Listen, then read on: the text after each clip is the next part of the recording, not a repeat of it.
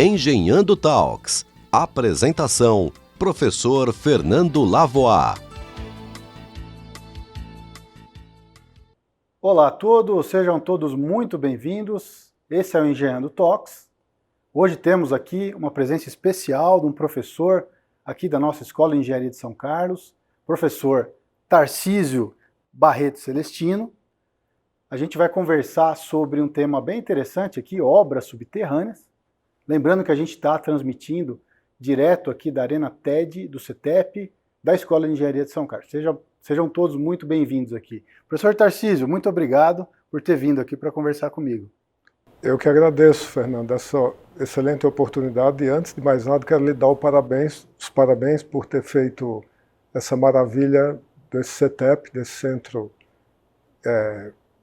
que está tão bem preparado para o ensino da engenharia e difusão do ensino da engenharia. Muito, muito bom. Legal, muito obrigado por ter vindo. Bom, vamos começar. Vou fazer uma pergunta básica aqui, uma pergunta abrangente, para que todos que estejam nos assistindo aí entendam o contexto do nosso papo aqui. Vamos falar sobre obras subterrâneas, né? Temos aqui um grande especialista, posso dizer que talvez seja o maior especialista brasileiro da área, e é professor aqui do nosso departamento de geotecnia, da Escola de Engenharia de São Carlos. Então, para mim é uma grande honra ter o professor Tarcísio aqui para bater um papo comigo. Bom, a primeira pergunta, professor, para situar aqui a nossa audiência aqui, né? O que são obras subterrâneas e quais os principais setores em que a gente pode aplicar esse tipo de obra? Bom, primeiro, obrigado por suas palavras generosas. Mas obras subterrâneas cada vez mais necessárias são aquelas construídas sem que a superfície dê notícia. E não só construídas, mas também mantidas durante a operação sem que a superfície dê notícia. A população do mundo só cresce. Nós somos já hoje tantos bilhões. E a área do planeta, 4πr ao quadrado, não há quem consiga aumentar. E se disso a gente ainda tira os 2/3 de oceano, sobra muito pouco para esses bilhões. E não tem outra alternativa que não seja tentar fazer mais uso de um pedaço de território, se a gente pensar em dividir esse território por todos os habitantes. Pode-se construir para cima? Pode-se, mas tem certas limitações também. Mas construir para baixo é uma solução óbvia, principalmente quando se trata de infraestrutura urbana. As cidades, não adianta só crescerem e irem mais para a periferia, pelo contrário, elas se tornam mais ineficientes do ponto de vista de distância. As ligações têm que depender de obras subterrâneas. Então, o uso de obras subterrâneas para finalidade de infraestrutura urbana é um grande mercado, já muito bem explorado em alguns países, eu diria não tanto ainda no Brasil. Eu, quando cito, por exemplo, que São Paulo, passados 100 anos da Companhia do Metrô de São Paulo, que foi de longe quem mais construiu, aqui no Brasil, fez 100 e poucos quilômetros, quando Seul, na Coreia do Sul, começou na mesma época e tem 500 quilômetros. Mesmo a cidade do México, numa situação até geográfica bem parecida com a nossa, fez 300 quilômetros, ou seja, há muito a ser feito. Interessante. E dentro desse contexto, professor, como é que tem evoluído a questão das tecnologias, né? Porque a gente começou basicamente a melhorar a questão técnica no mundo, né? A partir de 1960, mais ou menos a década de 60, começou-se a se preocupar mais com a tecnicidade, né, das construções, com a segurança, com a estabilidade. Como é que a gente está hoje em termos de técnicas de construção? Eu diria, as obras subterrâneas evoluíram muito, muito.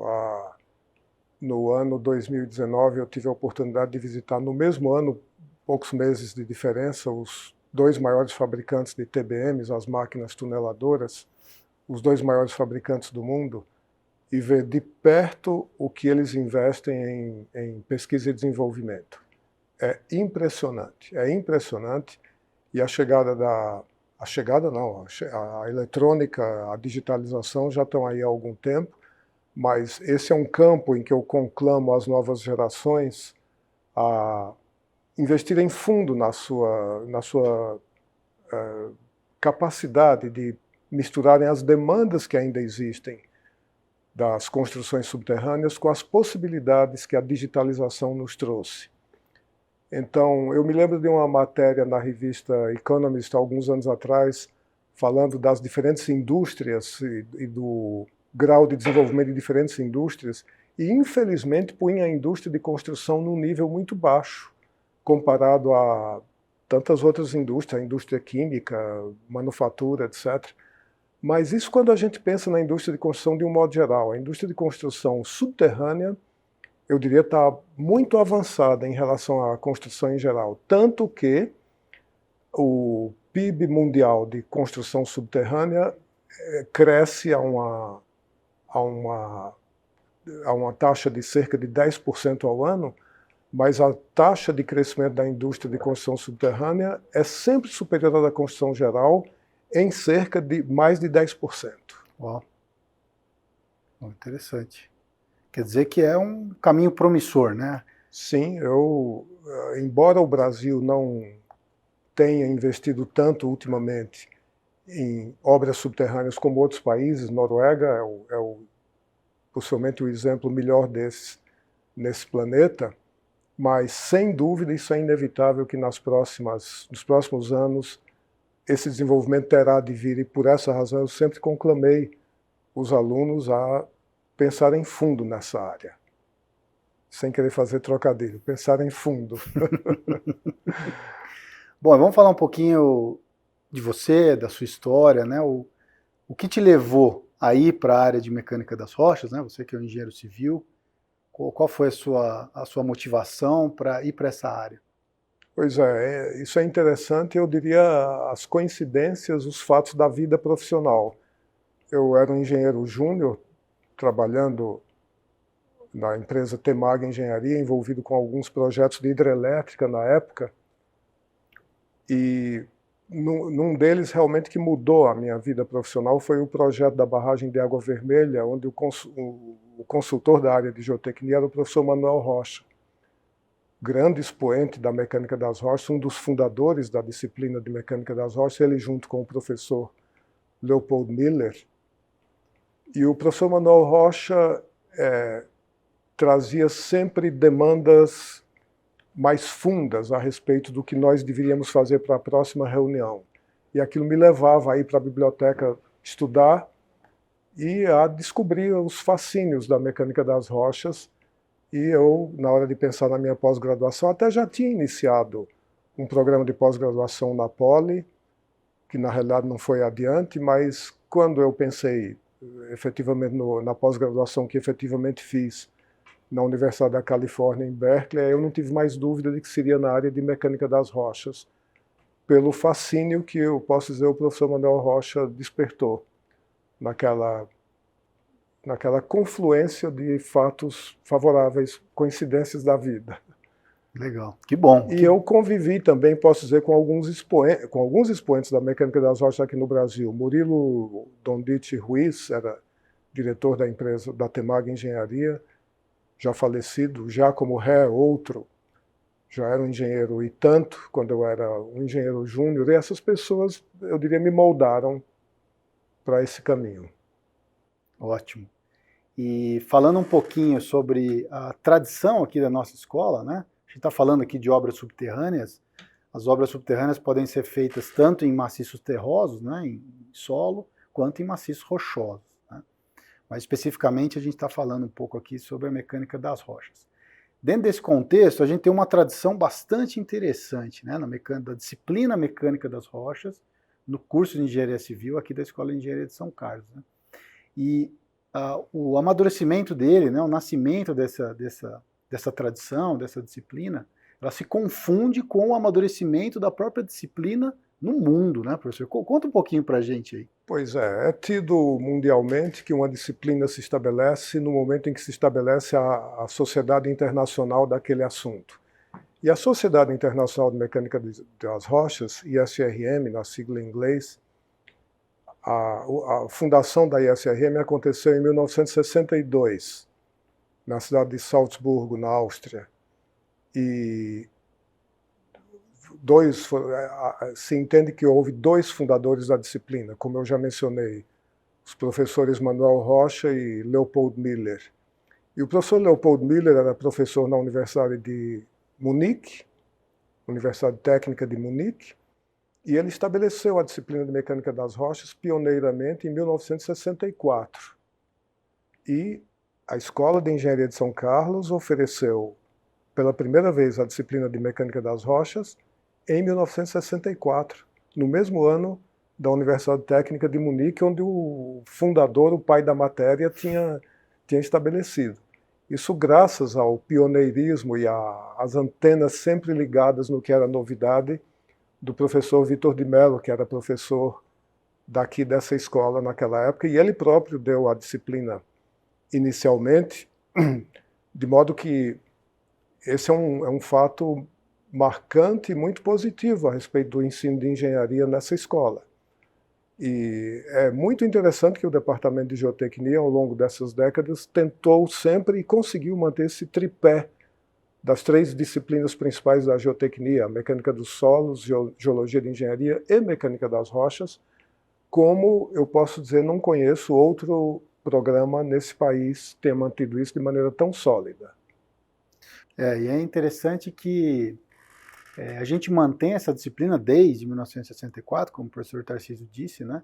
A gente mantém no rol aí das disciplinas obrigatórias do curso, ou seja, está dentro da formação generalista, porque na graduação a gente forma engenheiras e engenheiros generalistas, né? Não são geotécnicos, né?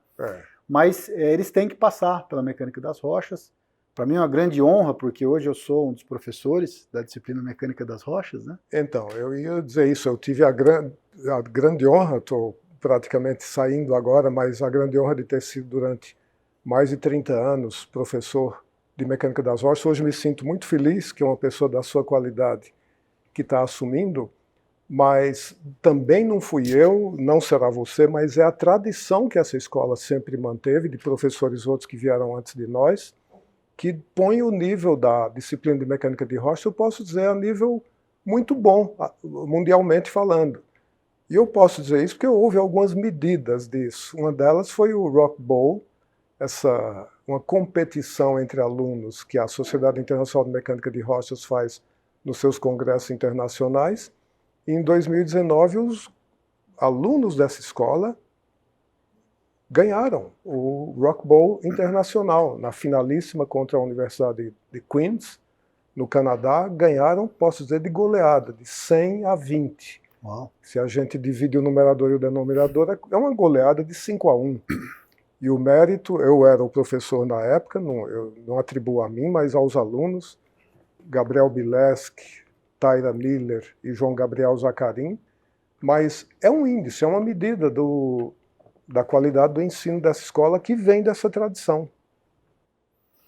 O nosso curso, esse ano, né, ele está ranqueado em um dos índices britânicos, né, sobre cursos e universidades. Nós somos o 34º melhor curso de engenharia civil do mundo, né? Nós e a Poli, né, que a gente representa o curso de engenharia civil da USP, né, tanto ES quanto o Poli. E falando nesse curso, né, o melhor curso do Brasil de engenharia civil, tá entre os 40 melhores cursos do mundo, né, a gente ganha de muitas universidades europeias seculares, da Itália, Espanha, Portugal. Então, realmente é um curso de peso. Como é que a gente está ranqueado, professor? Assim, na mecânica das rochas, né? Aqui no Brasil, acho que tem muito poucos cursos que mantêm a mecânica das rochas como a disciplina obrigatória, né, do curso de civil. Eu me formei na Poli, um excelente curso, uma excelente escola, prezo muito a qualidade da minha graduação e sempre fiz questão de, onde eu rodei o mundo, de falar da qualidade da graduação que eu recebi na Poli. Mas o fato é que não havia uma disciplina de mecânica das rochas no tempo em que eu fui aluno. Eu até uso esse fato nas minhas aulas introdutórias de mecânica de rochas. O que eu vi na minha graduação é que a rocha era uma achura, que o professor de fundações chegava lá e dizia: a estaca tocou na rocha, daqui em diante é indeslocável, indeformável, impenetrável, impermeável. Eu até crio uma caricatura do material in, impermeável, impenetrável, etc, etc. Mas já não é o caso. Eu próprio, quantas vezes fui chamado pelo professor Valdemar Rachiche, hoje pela professora Maria Eugênia Boscov, quantas vezes para dar alguma aula lá de mecânica das rochas na Poli. Mas a nível nacional, são poucos os programas de engenharia civil que têm mecânica das rochas na sua grade curricular. Eu espero que essa seja uma tendência a ser modificada, porque cada vez mais as obras civis, para não falar de mineração, mas os engenheiros de Minas já têm a mecânica das rochas mais bem estabelecida na sua grade curricular. Nós, em engenharia civil, nem tanto, mas cada vez mais as obras civis são feitas em maciços rochosos. Portanto, a necessidade de conhecimento é cada vez maior e só pode se consertar com o ensino da disciplina de mecânica das rochas. Com certeza, né? Então, gente, pensando aqui enquanto universidade, né, que a gente tem os 3 pilares, que é o ensino, a pesquisa e a extensão, né, mas sobremaneira a prioridade que a gente tem para o ensino de graduação, né? Acho que a nossa prioridade zero, eu sempre digo isso, é formar engenheiras e engenheiros, né? Sobremaneira a gente tem que formar bons profissionais. E ter essa disciplina tão importante, né, como obrigatória no curso de engenharia civil, realmente faz bastante diferença. Sem falar na pós-graduação, né, professor? Você vem tocando aí a mecânica das rochas do nosso departamento há muito tempo, né, e continua bastante ativo, né, com muitas orientações e publicando bons artigos aí internacionais. Conta um pouquinho como é que é para você aí ser orientador desses já engenheiras e engenheiros, né, nessa área. E essa é a área que me dá muita satisfação, muita mesmo, tanto que, apesar da aposentadoria, que é um fato inquestionável da idade, mas eu me aposento, mas eu não deixo a pós-graduação continuar com orientações de tanta qualidade como orientados de tanta qualidade como os que eu tenho. Está aqui um exemplo. Então, isso, apesar da aposentadoria, eu não paro. E tem sido muito gratificante a atividade de pós-graduação em mecânica de rochas nessa escola foi sempre intensa, eu posso dizer. Eu devo muito, e preciso mencionar nominalmente, o professor Ayrton Bortolucci. Eu vim para cá não em período integral, em turno completo, então para mim foi muito cômodo e útil ter uma pessoa da qualidade técnica dele, da qualidade acadêmica dele, alguém que eu chegasse aqui e durante o curto tempo que tinha entre dar aula, atender alunos e conversar com ele, e discutir assuntos com ele, e discutir um tema de uma pesquisa, do ensaio a ser desenvolvido, um ensaio novo, como nós propusemos alguns novos ensaios em mecânica das rochas, chegar na semana seguinte aqui e já ver o ensaio lá sendo realizado no laboratório. Isso teve um valor de uma satisfação profissional, acadêmica, eu diria, impagável. E o resultado disso, sem dúvida, é que houve um número, posso dizer, expressivo de orientações ao longo desse período, tanto minha quanto do professor Ayrton Bortolucci, número de publicações também expressivo. Alguns ensaios foram propostos com grandes vantagens em relação ao que se praticava em mecânica das rochas.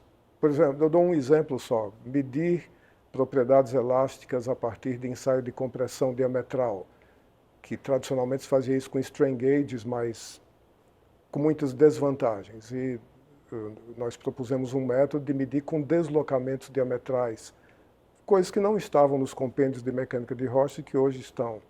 Então, isso me deu e me dá muita satisfação, é uma das razões de eu querer continuar na pós-graduação. Espero que você fique muitos anos ainda, né? E voltando aqui, gente, para a parte de aplicação. Professor Tarcísio, eu sempre falo para meus alunos, que nós, engenharia civil, somos engenheiros de aplicação, né? A gente está preocupado com a aplicação final, a gente precisa resolver um problema da sociedade, né? E um dos grandes problemas são as cidades superpopulosas, né? A densificação de pessoas em pequenos espaços, né? Esse é um problema que precisa ser resolvido. As obras subterrâneas ajudam muito. Eu queria que o senhor contasse um pouquinho aí do que as obras subterrâneas podem ajudar, né, a resolver esse problema. E nisso a questão sustentável também, né? Hoje a gente não pode fazer nenhum tipo de obra que não for sustentável. Esses são desafios aí daqui para o futuro, né? Queria que você comentasse um pouquinho sobre esses desafios. Bom, a vantagem de obras subterrâneas, como eu mencionei no início, para a infraestrutura de transporte, são inomináveis as vantagens. Eu me lembro de uma enquete que a companhia do metrô fez com a população, com os usuários, depois que foi inaugurada a linha 4 do metrô de São Paulo. E algumas outras já foram inauguradas depois. Eu não ouvi enquetes semelhantes, mas naquele caso eu me lembro de ter ouvido resultados dessa enquete. E interessantíssimo, pessoas que antes demoravam 1h30 para chegar ao trabalho, que agora demoravam meia hora, menos de meia hora. Então, no final do dia, sobram 2 horas a mais. E a pergunta para a população, o que você faz com essas 2 horas? Muito interessantes, as respostas muito variadas. Mas se a gente filtrasse, tinha uma tendência muito clara. A população jovem usava o tempo para se divertir, para ir para a balada, para namorar mais, se divertir. Enquanto que os idosos descansavam e dormiam. 2 benefícios enormes para a população, em vez de estar antes 1h30 pendurado, segurando um ônibus em pé, se agora a viagem é feita em apenas meia hora. Exemplos como esse se multiplicam, não é só na área de transporte, mas as vantagens que as obras subterrâneas trazem, por exemplo, no combate a enchentes. Tóquio é um exemplo marcante. Tóquio, que tem uma situação fisiográfica muito favorável a enchentes e que, para se desenvolver, dependeu e construiu muito bem obras subterrâneas expressivas de combate a enchente, que nós vimos até na cidade de São Paulo também.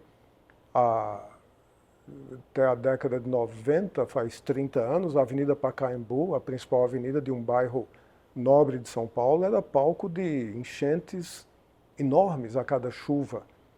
E isso foi resolvido com um reservatório subterrâneo, um reservatório do qual ninguém dá notícia, ou seja, o uso na superfície da cidade não mudou nada. A grande diferença é que hoje a Avenida Pacaembu, faz 30 anos, não tem mais enchentes.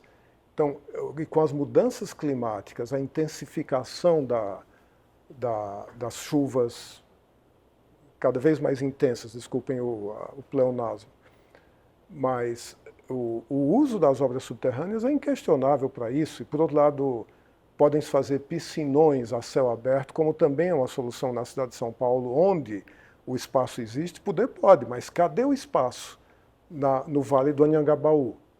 Tem que ser uma obra subterrânea, ou seja, eu estou citando exemplos de São Paulo, mas o exemplo se multiplica pelas tantas metrópoles brasileiras e mundiais. Então, transporte, combate à enchente, fornecimentos de serviços de fornecimento de água, esgoto, gás, etc., obrigatoriamente passam por obras subterrâneas. E é um tipo de obra que a gente faz muito pouco no Brasil, né? Faz muito pouco. Nas minhas aulas, a aula de túneis, eu começo com o contra-exemplo brasileiro, que eu rodeio o mundo também mostrando, é fácil na hora de ir dar uma palestra na Tailândia. Eu não vou falar de um problema da Tailândia, é mais fácil eu falar de um problema do Brasil, de onde eu venho, que é o caso da estrada SP-55, no trecho entre as praias de Maresias e Boiçucanga. Estrada construída, sei lá, há meio século atrás, e nem se pensava em túnel, e para ir de cota zero Maresias a cota zero Boiçucanga, faz uma estrada pela superfície, que no caso lá é transpor a Serra de Boiçucanga, elevação 320 metros. Então subir 320 metros numa estrada curvinha à direita, curva à esquerda, curva à direita, curva à esquerda, versus o que seria um túnel de 4, a estrada hoje tem 6,5 km versus o que seria um túnel de 4 km.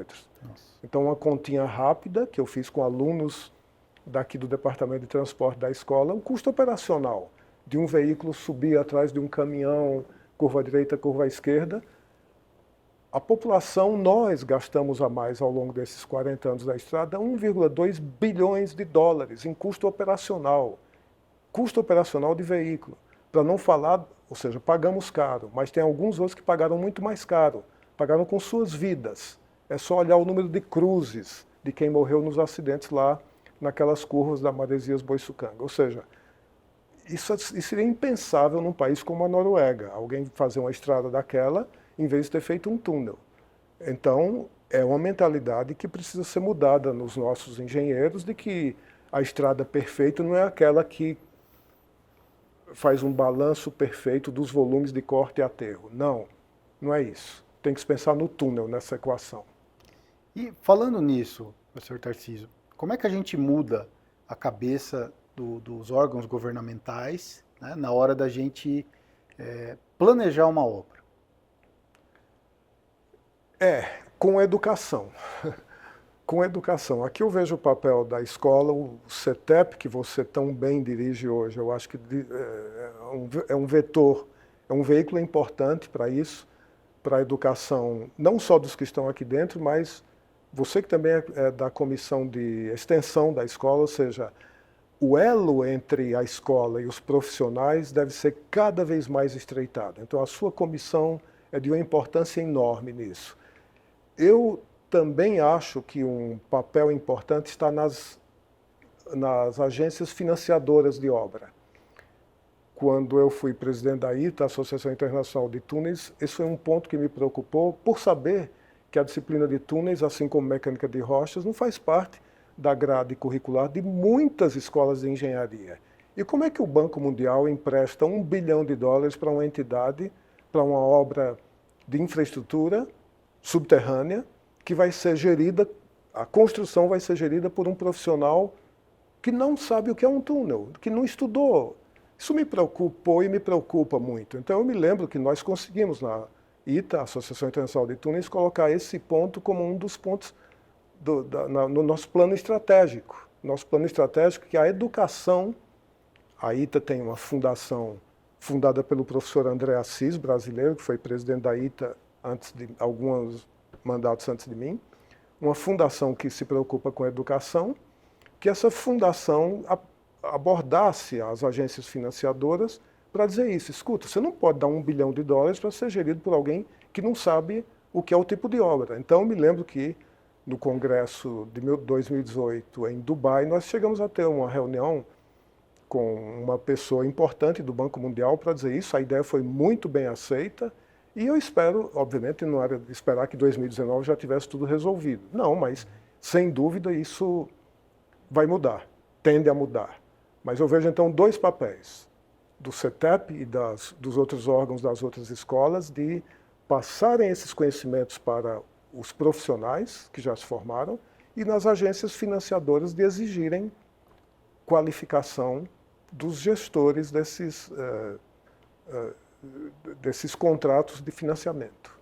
No final das contas, é educação, né, e informação, né, levar informação para as pessoas corretas aí, para a gente poder ter mais informação de qualidade, né, para as obras. Acho que isso é fundamental. Você comentou sobre a Associação Internacional de Túneis. Eu não sei, eu não consigo imaginar como é que é isso. Como é que foi para você ser presidente de uma associação internacional da sua área? Eu acredito que tenha sido um grande privilégio, né? Um grande privilégio que eu vou contar a história, me caiu no colo. Bom, eu me envolvi com a ITA, eu já ia, obviamente, atuando na área de túneis, na área de construções subterrâneas. Eu frequentava os congressos da ITA, já era membro de um dos grupos de trabalho de concreto projetado para obras subterrâneas. Cheguei a ser, na ITA se chama do animador, o coordenador daquele grupo. Já tinha esse envolvimento, eu quase que diria natural, de ir a congresso, de se envolver em grupos de trabalho, publicar, etc. E em 2014, o congresso veio ao Brasil, foi organizado no Brasil.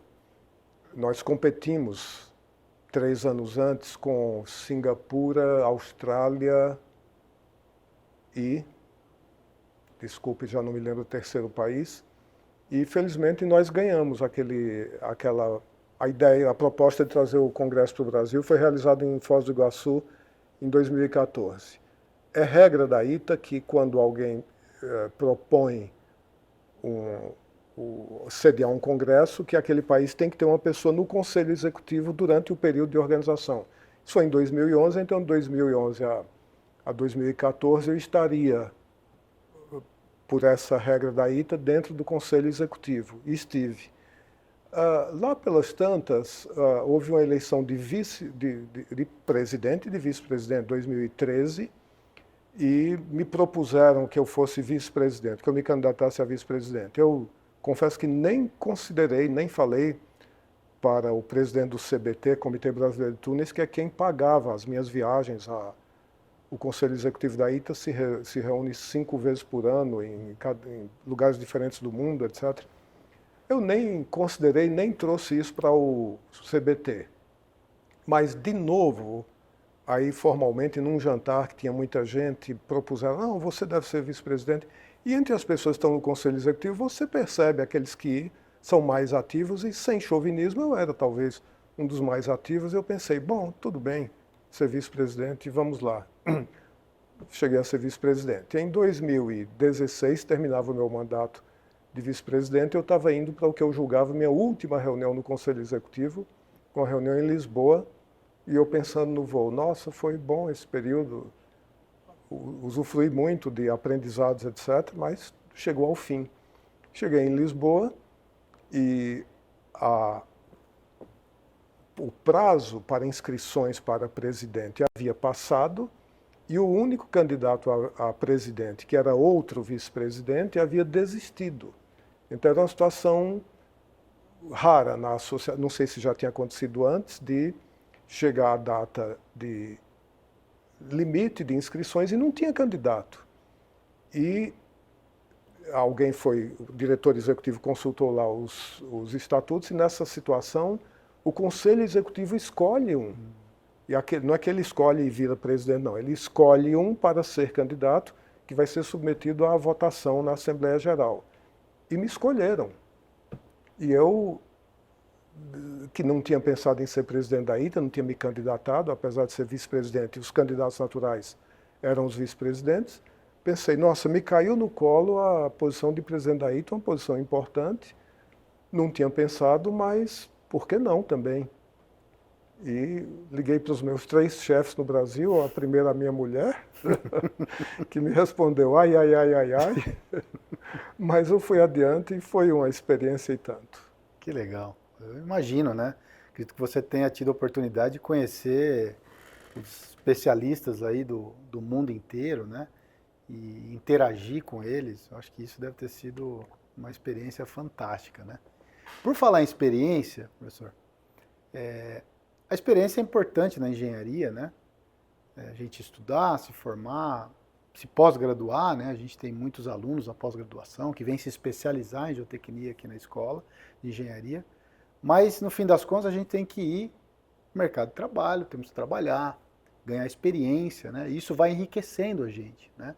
A gente vai lembrando aquilo que a gente aprendeu, e aí a gente volta, né? A gente tem experiência e retoma.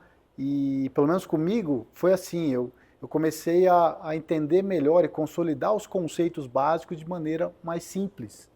Eu acho que no final das contas, um professor como você deve conseguir explicar um conceito complexo de maneira muito simples, porque você já tem muito consolidado esses conceitos básicos, né? Porque no final das contas são os conceitos básicos que são os mais importantes, a minha maneira de ver, né? E na mecânica das rochas, nas escavações subterrâneas, o aprendizado, quando você vai executar uma obra, um projeto, eu imagino que ele seja assim, um pouco mais importante que as outras áreas, né? Isso você tem toda a razão.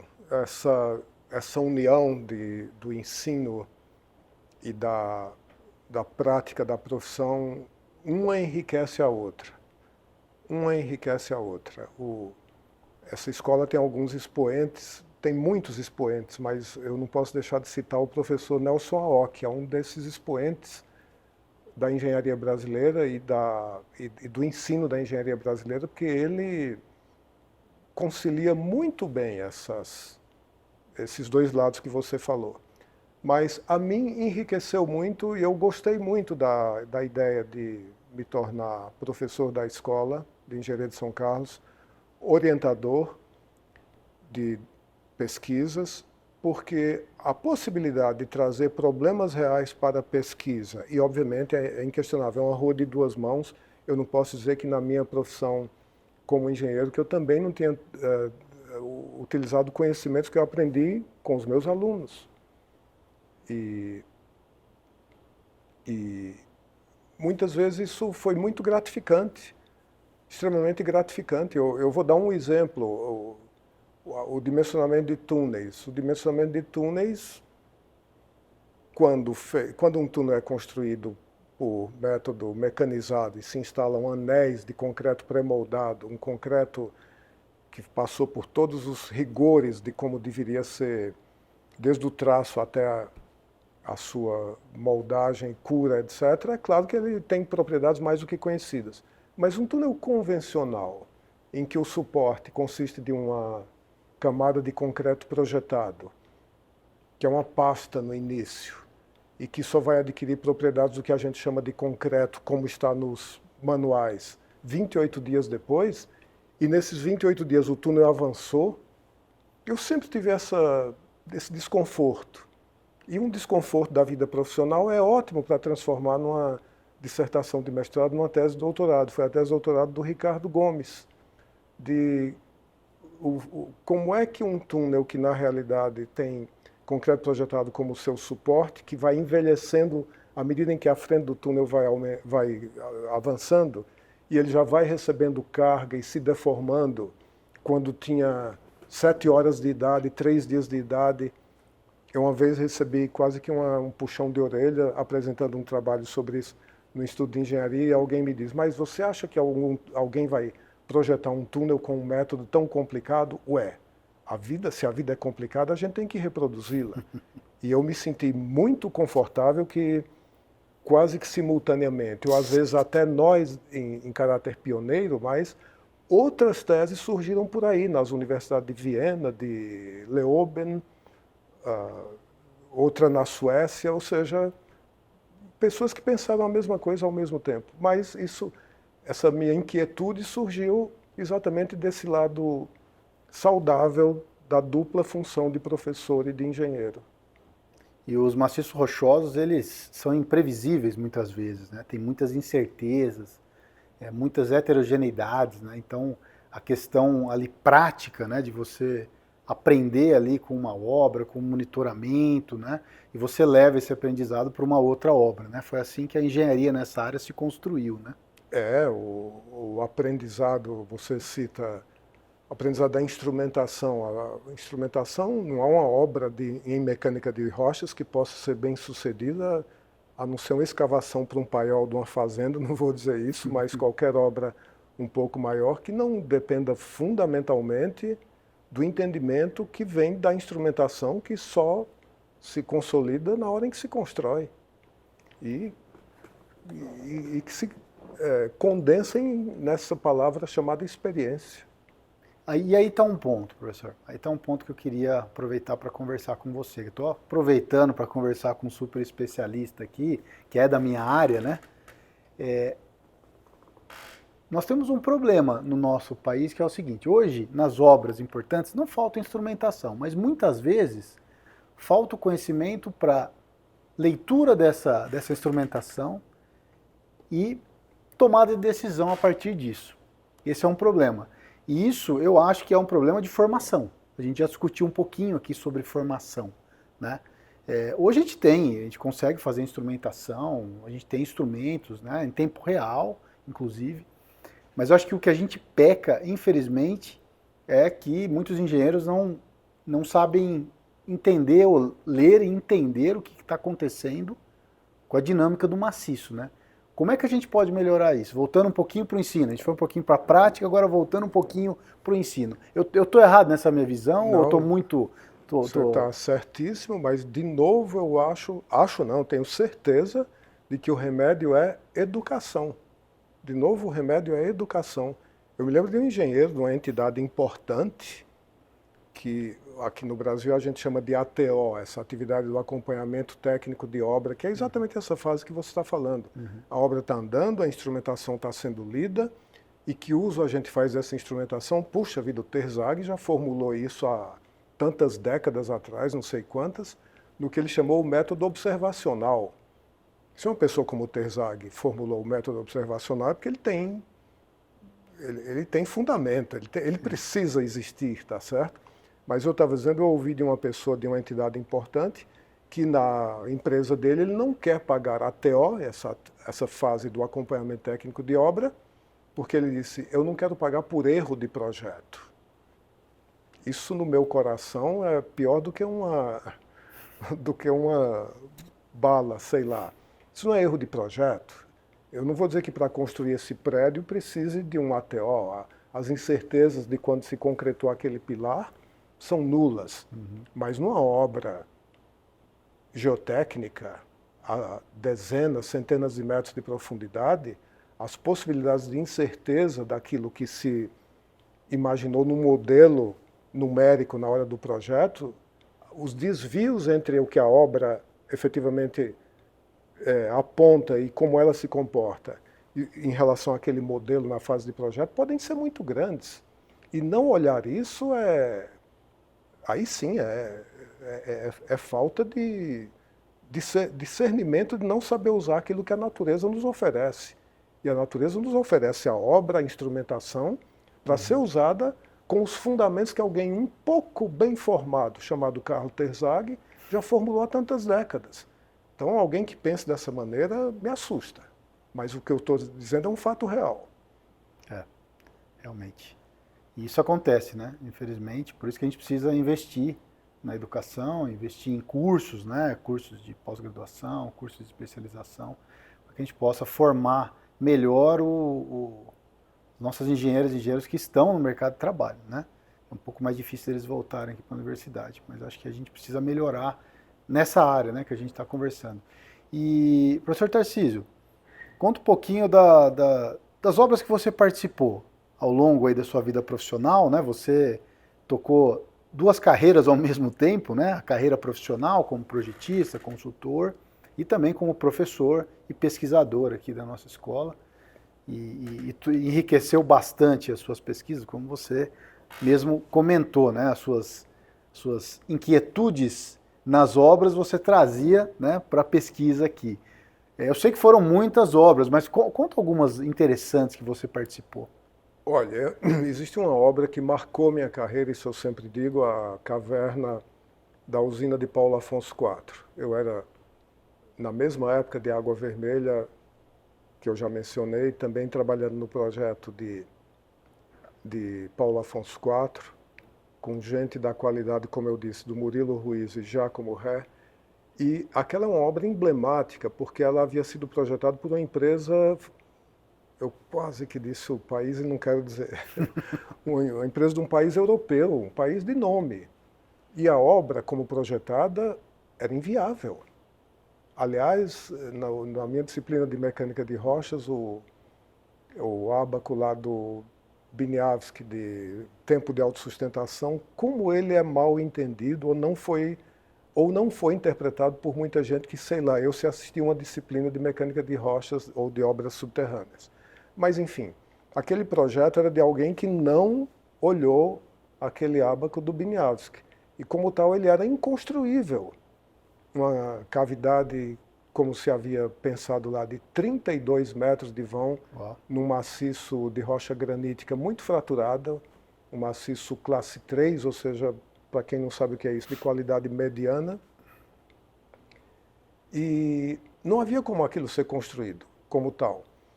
E a Chesf, na época, teve a clareza de entender isso e pensou, bom, esse projeto não dá para ser feito, tem que ser feito um outro projeto. E contratou uma empresa brasileira, que eu tinha a sorte de estar trabalhando e estou trabalhando até hoje. E caiu, então, no colo dessa empresa a atribuição de fazer aquele projeto. E a obra foi construída com concreto projetado, diferentemente do projeto original, que era apenas um arco de concreto armado, fortemente armado, um arco de 2 metros de espessura, 32 metros de vão de escavação, e 2 metros de espessura de vão, de espessura de arco fortemente armado, foram substituídos hoje no projeto brasileiro, e está lá, faz 40 anos, por 15 centímetros de concreto projetado. Então, disso nasceu o meu gosto pelo uso desse material chamado concreto projetado, que realmente viabiliza algumas obras que eu não sei como se construiria uma obra daquela não fosse não fosse a existência de concreto projetado. Então essa é uma obra, como eu disse, marcou minha vida profissional.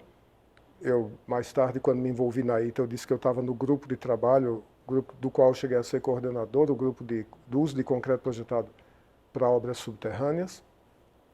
Mas eu fui engenheiro recém-formado, os 3 primeiros anos antes de ir para a minha pós-graduação em Berkeley. Eu trabalhei em projetos como essa própria Paulo Afonso IV, mas também nas hidrelétricas de Ilha Solteira, Água Vermelha, Tucuruí, enfim, uma riqueza de obras que para a vida profissional de uma pessoa pode ser um momento raro. Eu tive a chance de viver isso. Que obras, foram tantas, mas que obras marcaram minha carreira. Além dessas, eu posso dizer tantas outras que vieram depois.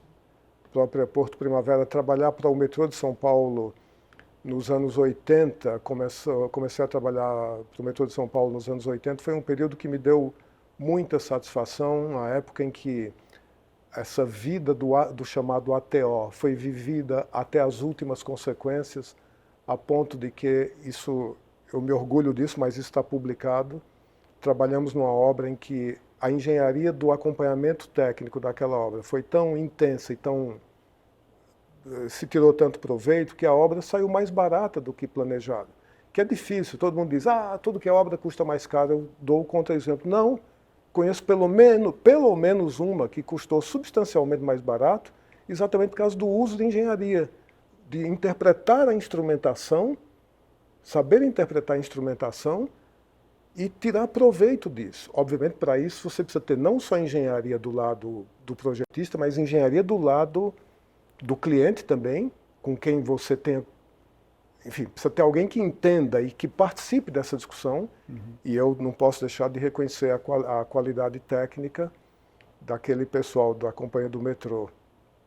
Então, mas enfim, a obra custou tanto a menos que a companhia do metrô disse ao empreiteiro, então você continua construindo mais túnel para frente. Aquela era uma obra do chamado prolongamento norte, a companhia do metrô já planejava a extensão norte, e então disse, bom, vai ter extensão norte mesmo, já que tem dinheiro no contrato, continua construindo. Me deu uma satisfação enorme e isso eu fiz questão de publicar e de registrar que legal. Que existe isso e que não é toda obra que custa mais caro do que se planeja, não. Não, desde que se use engenharia adequadamente, as obras podem primeiro custar menos e até custar mais barato do que projetado. Esse é um exemplo marcante. Nossa, eu nunca tinha escutado uma história dessa, porque a gente sempre reclama, né? As obras no Brasil sempre custam muito mais do que planejado. E é legal escutar uma história verídica dessa, né? Uma obra complexa, né? Que é a escavação de um túnel. Você ter economia e conseguir valorizar o dinheiro público, né? O dinheiro do contribuinte é fantástico, né? Professor, como é que você avalia seus principais resultados como professor da ESC? Eu sei que, assim, eu como professor, eu sei que eu tenho que formar recursos humanos. Esse é um ponto que para mim é bem claro. Mas para você que já está há tanto tempo aqui na escola com a gente, dentro dos seus resultados como professor, Pois é, sem dúvida o que você citou é número 1. E o Brasil é carente de bons profissionais e nesse aspecto estar numa escola de qualidade que tem todos os meios, o centro que você dirige hoje, o CETEP, é um desses meios, mas a qualidade dos laboratórios e do seu corpo de professores como um todo, são meios para que a qualidade dos profissionais que saiam daqui seja boa, e isso é muito importante, mas eu diria também a qualidade das pesquisas que se realizam é um produto de não menos importância. E hoje a competitividade no que se refere à produção de pesquisa de qualidade com impacto importante em engenharia é muito forte. É muito forte. Um ex-aluno dessa escola, hoje professor da Universidade do Havaí, Oswaldo Vitali, me dizia outro dia que nos Estados Unidos conseguir dinheiro para pesquisa em engenharia é muito difícil porque qualquer coisa que tenha qualidade já não vem ao caso. O que se tem é que romper alguma fronteira do conhecimento. Não é só que eu vou fazer algo bem feito e que vai trazer uma melhora de qualidade em algo que já é praticado. Não, você tem que inventar algo diferente. Ou seja, a competitividade de professores buscando dinheiro nas agências de financiamento é tão grande que não adianta melhorar o que já existe, mesmo que essa melhora implique até em índices de melhora da qualidade de vida das pessoas. Não, você tem que trazer algo para a qualidade de vida das pessoas que ainda não existe na engenharia. É cada vez mais difícil essa competitividade nos traz isso. No Brasil, eu diria que talvez não. Não estamos nesse nível de competitividade que estão os Estados Unidos, mas é um lado importante também, a contribuição da pesquisa à qualidade de vida das pessoas. E falando na pesquisa, aqui no Brasil a gente consegue levar a pesquisa para a prática? Ou seja, o que a gente pesquisa aqui no Brasil, nós somos um centro, né, Escola de Engenharia, a gente consegue usar essa informação, essa ciência construída para a execução das obras? Não é tão fácil quanto em outros países onde... Estados Unidos é um exemplo, talvez por eu ter estudado lá e que eu conheça um pouco mais, mas até o fato de que muitas das pesquisas nas universidades são financiadas por empresas, aqui no Brasil existe isso, mas muito menos. Muito menos. Então, eu diria, a empresa nos Estados Unidos está muito na nossa área. Obviamente, quando a gente pensa em indústria química, eu tenho certeza que os gastos em pesquisa e desenvolvimento na indústria química, na indústria farmacêutica, já são muito grandes, o que eu não sei se são tanto na indústria da construção civil em geral. Aquele artigo lá da revista Economist, que eu mencionei no início, é um exemplo disso. Entre as diferentes indústrias que eles analisaram, a que eles consideravam de mais baixo nível tecnológico era, infelizmente, a de construção, que, como eu disse, em geral, bom, eles tinham lá seus índices e esse é um dado que eu não posso me contrapor, mas eu não acho que esse é o caso da indústria de construção subterrânea.